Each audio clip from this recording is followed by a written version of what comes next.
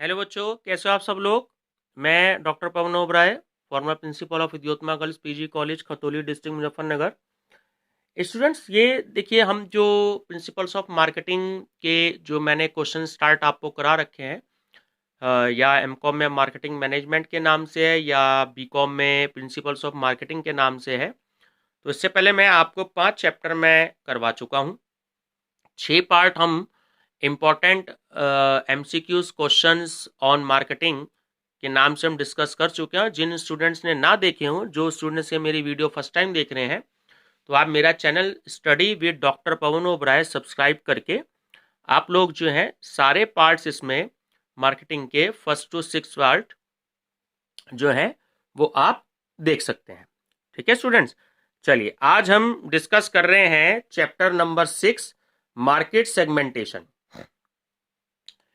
Students, चलिए first के हम क्वेश्चन से हम स्टार्ट करते हैं। तो फिल द ब्लैंक वह प्रक्रिया है, देखिए इसमें मैंने मीनिंग दिया है कि मार्केट सेगमेंटेशन, बाजार विभक्तिकरण जिसे हम हिंदी में बोलते हैं, वो क्या होता है।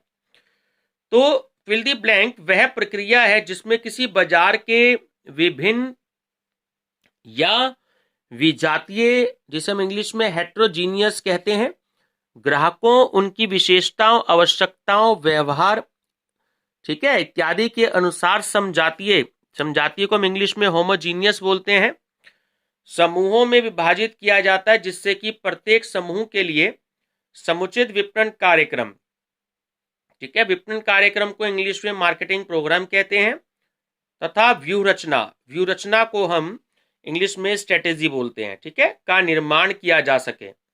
तो सही आंसर है स्टूडेंट ऑप्शन नंबर ए, बाजार विभक्तिकरण, इंग्लिश में मार्केट सेगमेंटेशन बोलते हैं। चलिए क्वेश्चन नंबर 2।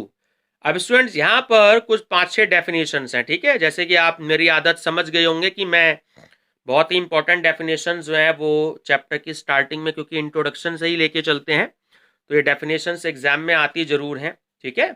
बिना इनकी स्टडी के चैप्टर समझ में सही से नहीं आता है।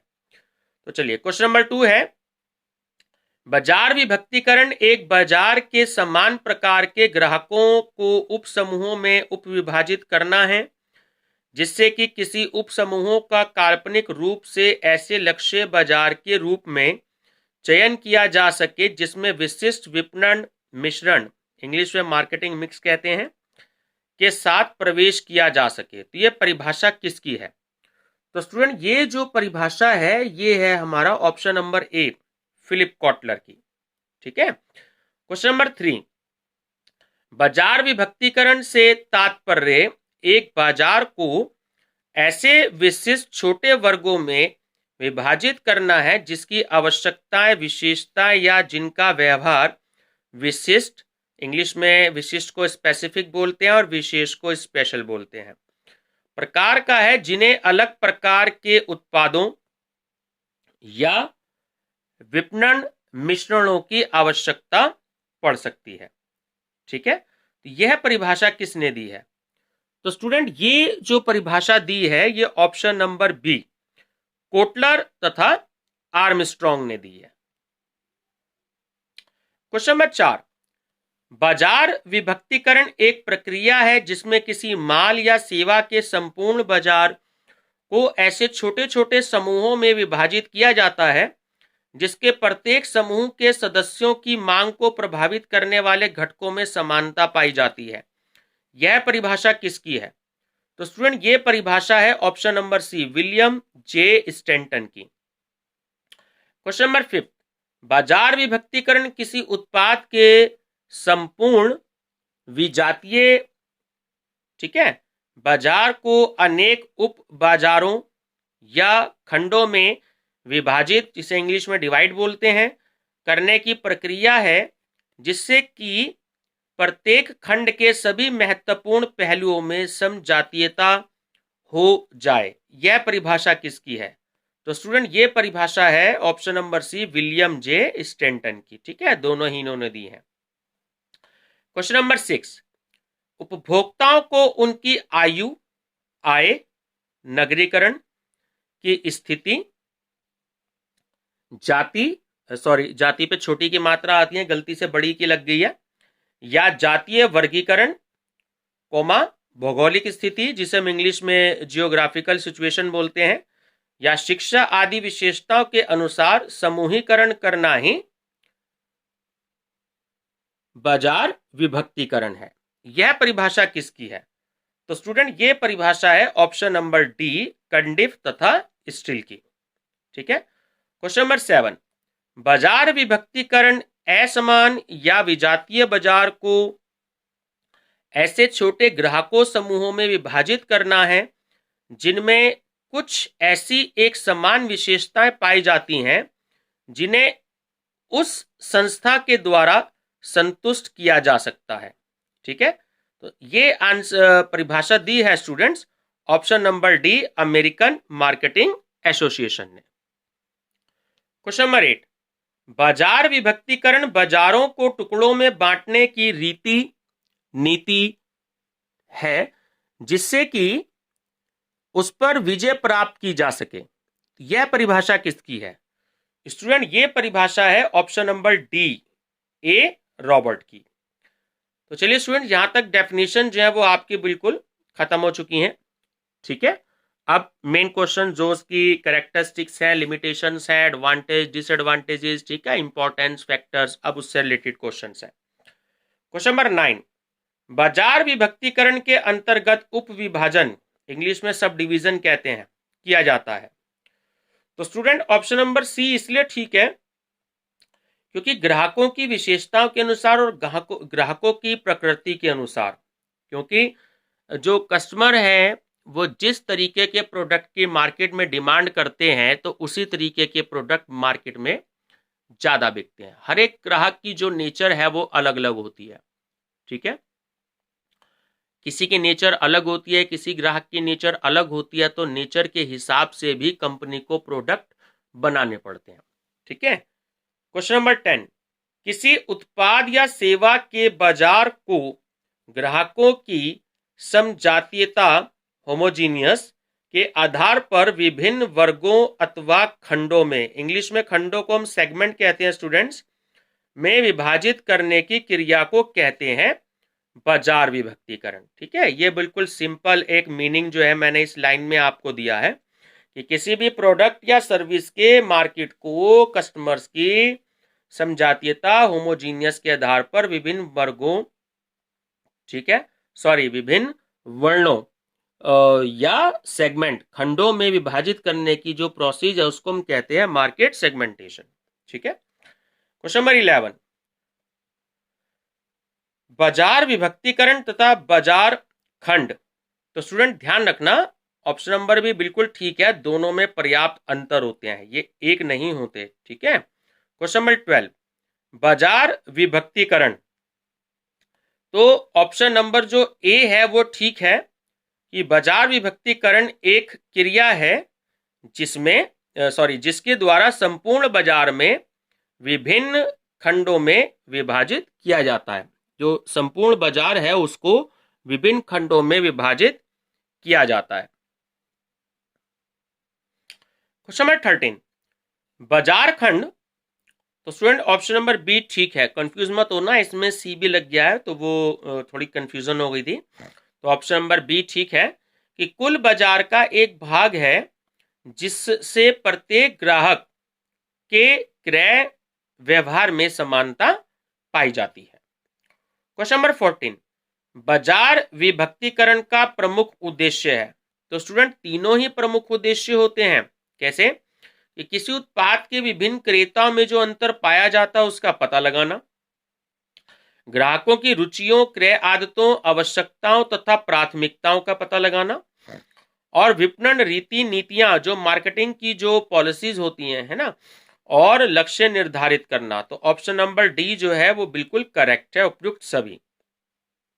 चलिए क्वेश्चन नंबर 15, बाजार विभक्तिकरण का उद्देश्य क्रेताओं के बीच उन अंतरों को निर्धारित करना है जो कि बाजार क्षेत्र अथवा विपणन विधियों के चुनाव को प्रभावित कर सकते हैं। तो सही आंसर है स्टूडेंट, ये जो स्टेटमेंट दिया है ये दिया है ऑप्शन नंबर डी, एस्मंड पियर्स ने। क्वेश्चन नंबर 16, बाजार विभक्तीकरण का उद्देश्य क्रेताओं के मध्य पाए जाने वाले अंतरों का पता लगाना है, जिससे कि उसमें चुनाव करना अथवा उनको विपणन करना संभव हो जाए।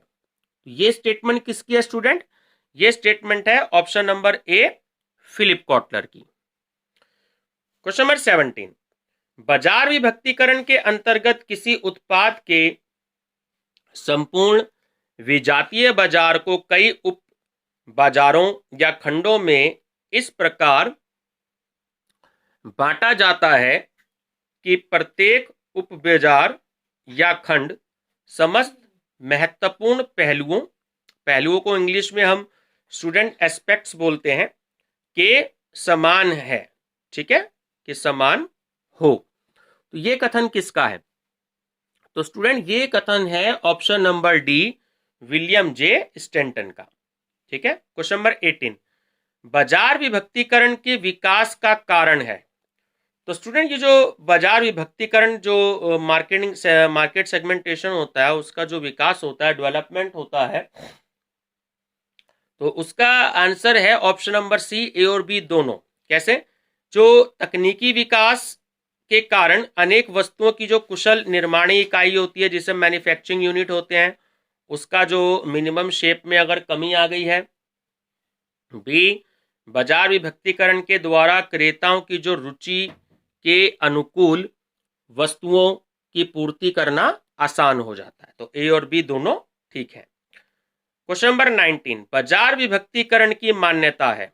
तो स्टूडेंट इसमें भी देखिए, तीनों जो मैंने पॉइंट लिए हैं वो इसलिए लिए हैं ताकि आपको पता लग जाए, अलग अलग क्वेश्चन ना बनाना पड़े, कि बाजार में जो विषम यानी कि ऑड बोलते हैं इंग्लिश में विषम को, या विजातीय ग्राहकों की जो विद्यमानता है। बी, सभी ग्राहकों के अलग अलग समूह बनाना संभव। सी, विपणन मिश्रणों तथा व्यूह रचना का निर्माण। ठीक है, ऑप्शन नंबर डी जो है बिल्कुल करेक्ट है, उपयुक्त सभी। क्वेश्चन नंबर 20, बाजार विभक्तीकरण का महत्व है। तो स्टूडेंट देखिए, तीनों ही इसलिए दिए हैं ताकि आपको पता लग जाए। एक तो आकर्षक जो विपणन अवसर है उसका पता लग जाना। बी, जो टारगेट मार्केट होते हैं, लक्ष्य बाजार, उसके चयन में सुविधा होना। और सी, उत्पाद मिश्रण के निर्धारण में सुविधा। तो ऑप्शन नंबर डी जो है वो बिल्कुल करेक्ट है। क्वेश्चन नंबर 21, बाजार विभक्तीकरण का महत्व है। ठीक है स्टूडेंट्स, 2 क्वेश्चन मैंने बनाए हैं, एक्चुअली 3 क्वेश्चन बनाए हैं इसमें, ताकि आपको सबके बारे में पता लग जाए। वो आपको कोई भी क्वेश्चन दे सकता है, किसी भी क्वेश्चन में कोई सा भी पॉइंट्स दे सकता है। तो ऑप्शन नंबर ए की समुचित मूल्य निर्धारण में सहायक। ऑप्शन बी, उपयुक्त मध्यस्थों का चयन। ठीक है स्टूडेंट, ये चयन लिखा गया है गलती से, एक्चुअली ये चयन है। ठीक है, सिलेक्शन बोलते हैं चयन को। और सी है, असंतुष्ट बाजार खंडों पर विशेष ध्यान देना।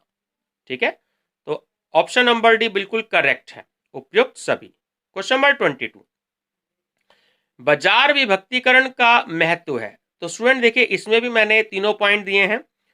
बाजार विभक्तीकरण का जो महत्व होता है वो विपणन संसाधनों के प्रभावी उपयोग के लिए, प्रतिस्पर्धा पर विजय पाने के लिए और ग्राहकों को लाभ देने के लिए। ऑप्शन नंबर डी उपयुक्त सभी। कंपनी जो भी कोई उसके पास मार्केटिंग के जो भी कोई रिसोर्सेज होते हैं उसका बहुत ही प्रभावपूर्ण तरीके से यूज करना चाहती है। कंपनी मार्केट में कंपटीशन करती है तो उसमें जो है कामयाब होना चाहती है, सक्सेस होना चाहती है, और चाहती है कि मेरा ही जो है टर्नओवर जो है वो ज़्यादा हो, मुझे प्रॉफिट ज़्यादा हो, और वो अपने कस्टमर को जो है मैक्सिमम प्रॉफिट भी देना चाहती है। क्वेश्चन नंबर 23, विपणन कार्यक्रमों को प्रत्येक बाजार खंड के अनुरूप तैयार करके प्रबंधक अधिक अच्छा विपणन कार्य कर सकते हैं तथा विपणन संसाधनों का अधिक प्रभावी उपयोग कर सकते हैं। तो यह कथन किसका है? तो स्टूडेंट ये जो कथन है ये है ऑप्शन नंबर ए, स्टैंटन का। ठीक है। क्वेश्चन नंबर 24, जब उपभोक्ताओं को उनकी भौगोलिक इकाइयों या परिस्थितियों के अनुसार विभाजित किया जाता है तो उसे क्या कहते हैं? तो स्टूडेंट सही आंसर है ऑप्शन नंबर ए, ठीक है, भौगोलिक आधार विभक्तिकरण।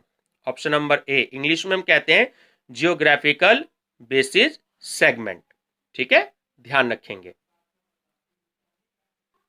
क्वेश्चन नंबर 25, भौगोलिक आधार पर बाजार विभक्तिकरण उस स्थिति में लाभदायक होता है।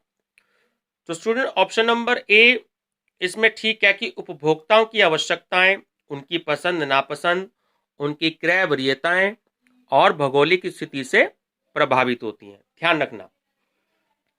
क्वेश्चन नंबर 26, जब किसी उपभोक्ता बाजार को जनसंख्या संबंधी घटकों के आधार पर विभाजित किया जाता है तो उसे हम क्या कहते हैं? तो स्टूडेंट ध्यान रखना, उसे हम कहते हैं ऑप्शन नंबर बी, जनांकीय आधार विश्लेषण। ठीक है, डेमोग्राफिकल बोलते हैं हम उसे इंग्लिश में। क्वेश्चन नंबर 27, जब किसी बाजार के उपभोक्ताओं को उनकी जीवन शैली, इंग्लिश में लाइफस्टाइल बोलते हैं, उनकी जीवन शैली या उनके व्यक्तित्व, जीवन मूल्य आदि घटकों के आधार पर विभाजित किया जाता है तो उस बाजार को क्या कहते हैं? तो स्टूडेंट उसे हम कहते हैं मनोवैज्ञानिक आधार विभक्तिकरण। ठीक है, ध्यान रखना, ये बहुत इंपॉर्टेंट क्वेश्चन है। क्वेश्चन नंबर 28, जब क्रेताओं के उत्पाद संबंधी बाजार या क्रेताओं की उत्पाद के प्रति प्रतिक्रियाओं, रिएक्शंस बोलते हैं इंग्लिश में, या उनके उत्पाद क्रय संबंधी निर्णयों के आधार पर बाजार का विभाजन किया जाता है तो उसे क्या कहते हैं? तो स्टूडेंट सही आंसर है ऑप्शन नंबर डी, क्रेता व्यवहार विभक्तिकरण। क्वेश्चन नंबर 29, प्रभावी बाजार विभक्तिकरण के लिए निम्नलिखित में से कौन सा तत्व आवश्यक है? स्टूडेंट तीनों ही आवश्यक हैं। मापन योग्य यानी कि इंग्लिश में मेजरेबल बोलते हैं, बी पहुंचाने एवं विभेद योग्य, ठीक है, और सी पहुंचने योग्य। ठीक है, तो ऑप्शन नंबर डी बिल्कुल करेक्ट है, उपयुक्त सभी। क्वेश्चन नंबर 30, प्रभावी बाजार व्यक्तिकरण के लिए निम्नलिखित में से कौन सा तत्व आवश्यक है? तो स्टूडेंट तीनों ही ठीक है, पर्याप्त आकार, व्यावहारिक और मितव्यय। ठीक है, मितव्ययी की इंग्लिश होती है हमारी इकोनॉमिकल। ठीक है, क्वेश्चन नंबर 31, प्रभावी बाजार विभक्तिकरण के लिए निम्नलिखित में से कौन सा तत्व आवश्यक है? स्टूडेंट देखिए मैंने कई क्वेश्चन बनाए हैं, ध्यान रखना, तो किसी भी क्वेश्चन में कोई सा भी ऑप्शन एग्जाम में आ सकता है आपको। तो ये भी बिल्कुल ठीक है, वो प्रॉफिटेबल होना चाहिए, वो स्थायी स्टेबल होना चाहिए और वो विकासशील होना चाहिए। ठीक है, आंसर नंबर डी उपयुक्त सभी। क्वेश्चन नंबर 32, लक्ष्य बाजार जिसे हम इंग्लिश में कहते हैं टारगेट मार्केट के चयन के लिए कौन सी व्यूह रचना, इंग्लिश में बोलते हैं मार्केटिंग स्ट्रेटेजी, को अपनाया जाना चाहिए या उसे अपनाया जा सकता है? सही आंसर है स्टूडेंट, तीनों ही ऑप्शन जो है वो बिल्कुल ठीक है। ठीक है, तीनों आप इसे देख लीजिएगा। क्वेश्चन नंबर 33, जब कोई विपणनकर्ता संपूर्ण बाजार के सभी ग्राहकों को एक समान या समजातीय मानकर विपणन कार्य संपन्न करने की योजना बनाता है तो उसे हम क्या कहते हैं? तो स्टूडेंट उसे हम कहते हैं ऑप्शन नंबर ए, विभेदहीन या समूह विपणन रचना। Question number 34, fill the blank में संपूर्ण बाजार के ग्राहकों में कोई अंतर नहीं किया जाता। तो स्टूडेंट सही आंसर है ऑप्शन नंबर ए, विभेद विहीन या समूह विपणन व्यूह रचना।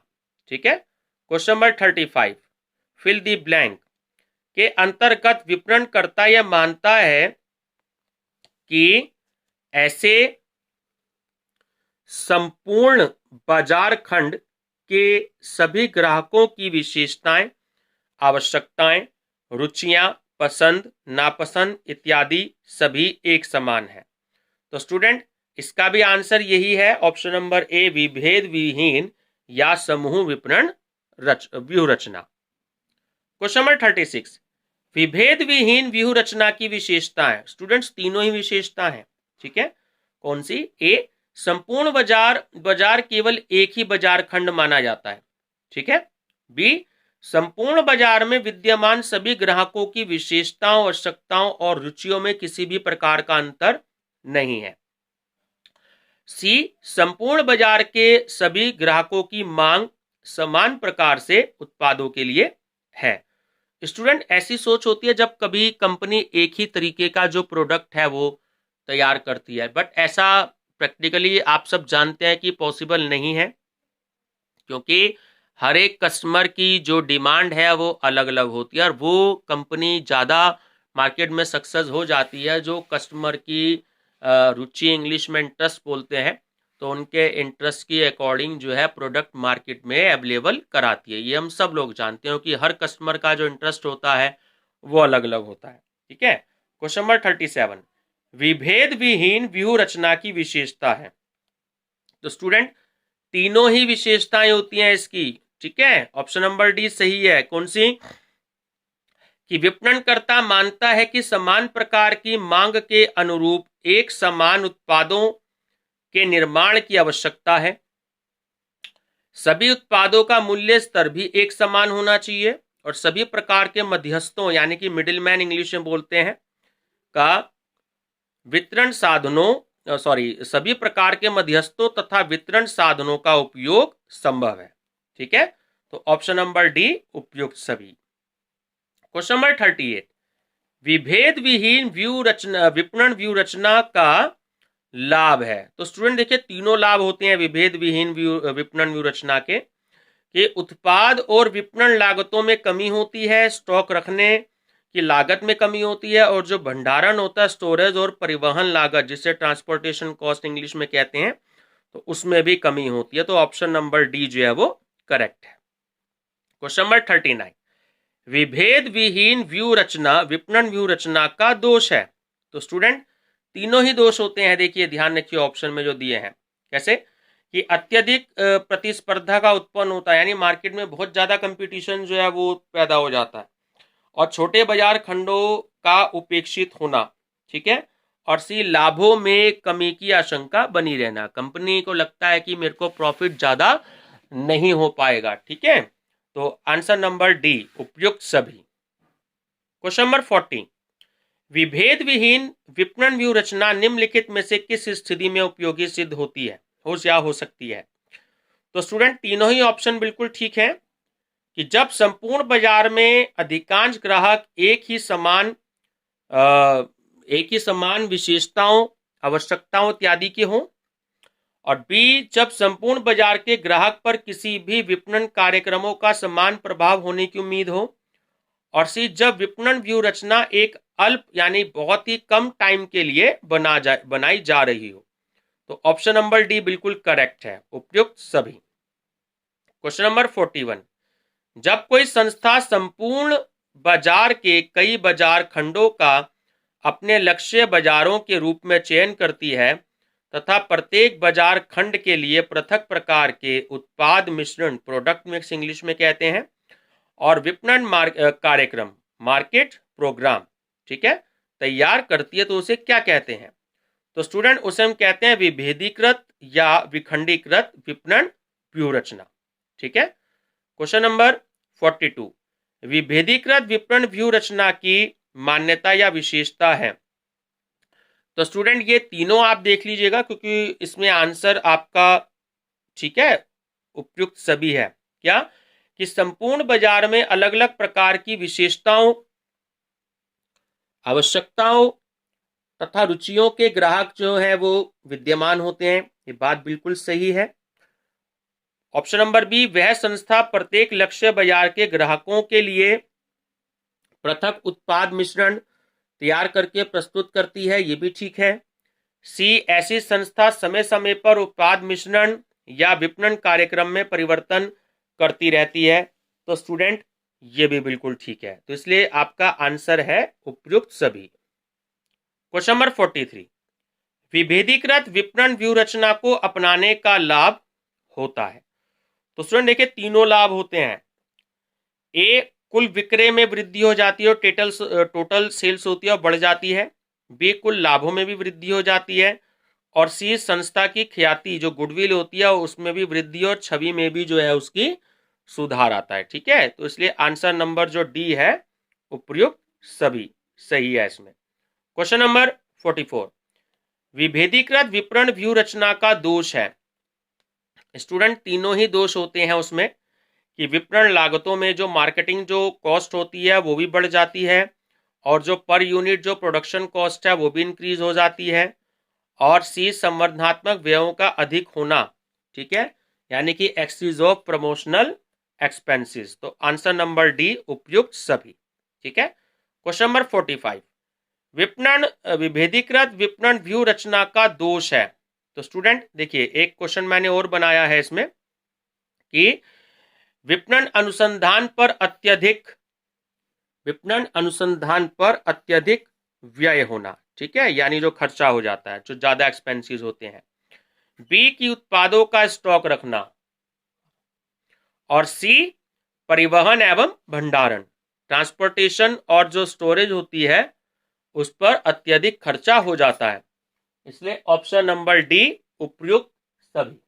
ठीक है, क्वेश्चन नंबर 46, विभेदीकृत विपणन व्यू रचना की उपयोगिता निम्नलिखित में से कौन सी स्थिति में अधिक होती है। तो स्टूडेंट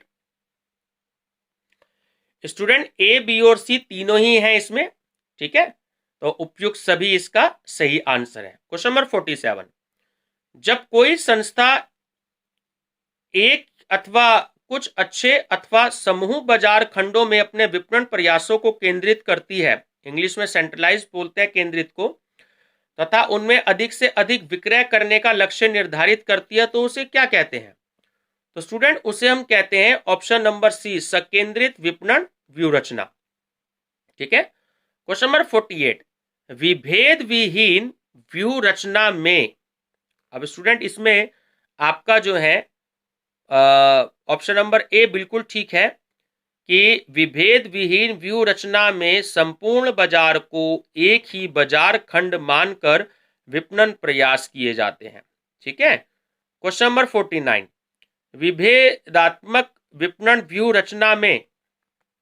तो स्टूडेंट इसमें सही आंसर है आपका ऑप्शन नंबर बी कि संपूर्ण बाजार में कई बाजार खंडों को लक्ष्य बाजार मानकर विपणन प्रयास किए जाते हैं। क्वेश्चन नंबर 50, संकेंद्रित विपणन व्यू रचना का लाभ है। तो स्टूडेंट ए, बी, सी तीनों ठीक है कि अपनी स्थिति को सुदृढ़ करना, और बी उत्पादों की ख्याति में निरंतर वृद्धि होना, और सी कम संसाधनों की आवश्यकता होना। ऑप्शन नंबर डी उपयुक्त सभी। क्वेश्चन नंबर 51, संकेंद्रित विपणन व्यू रचना का लाभ है। तो स्टूडेंट तीनों ही लाभ होते हैं इसके, जैसे संसाधनों का अधिक से अधिक उपयोग करना, और एडमिनिस्ट्रेटिव और विपणन जो एक्सपेंसेस होते हैं उसमें मितव्ययिता लाना, और लाभों में अत्यधिक वृद्धि होना। ठीक है, ऑप्शन नंबर डी उपयुक्त सभी। क्वेश्चन नंबर 52, संकेंद्रित विपणन व्यू रचना का दोष है। तो स्टूडेंट तीनों ही दोष हैं, ध्यान रखना। अत्यधिक जोखिम उठाना, अत्यधिक प्रतिस्पर्धा का सामना करना, और संस्था को अत्यधिक क्षति होना। ठीक है, और स्टूडेंट इस वीडियो का और इस चैप्टर का लास्ट क्वेश्चन आपका क्वेश्चन नंबर 53 कि संकेंद्रित विपणन व्यू रचना निम्नलिखित में से किस स्थिति में अत्यधिक उपयोगी हो सकती है। तो स्टूडेंट देखिए, दोनों ही जो स्थिति है वो उसमें उपयोगी हो सकती है। जैसे ए, जब संस्था के पास सीमित संसाधन हो, और बी, जब संस्था किसी विशेष बाजार खंड के ग्राहकों को अच्छी तरह से समझता हो अथवा उसे समझने की क्षमता रखता हो। तो ऑप्शन नंबर सी ठीक है, ए और बी दोनों ही पॉइंट बिल्कुल ठीक है। तो स्टूडेंट ये आपका प्रिंसिपल्स ऑफ मार्केटिंग या मार्केटिंग मैनेजमेंट जो हमारा चल रहा है सब्जेक्ट, इसमें आपके 6 चैप्टर जो हैं वो आज खत्म हो चुके हैं। ठीक है स्टूडेंट्स, तो फिर से आपसे यही कहूंगा कि मैं भी मोटिवेट होता हूं जब आप लोग लाइक करते हैं, शेयर करते हैं और सब्सक्राइब करते हैं। तो अगर आपको क्वेश्चंस अच्छे लगे हों तो लाइक, शेयर और सब्सक्राइब स्टूडेंट्स जरूर कीजिएगा।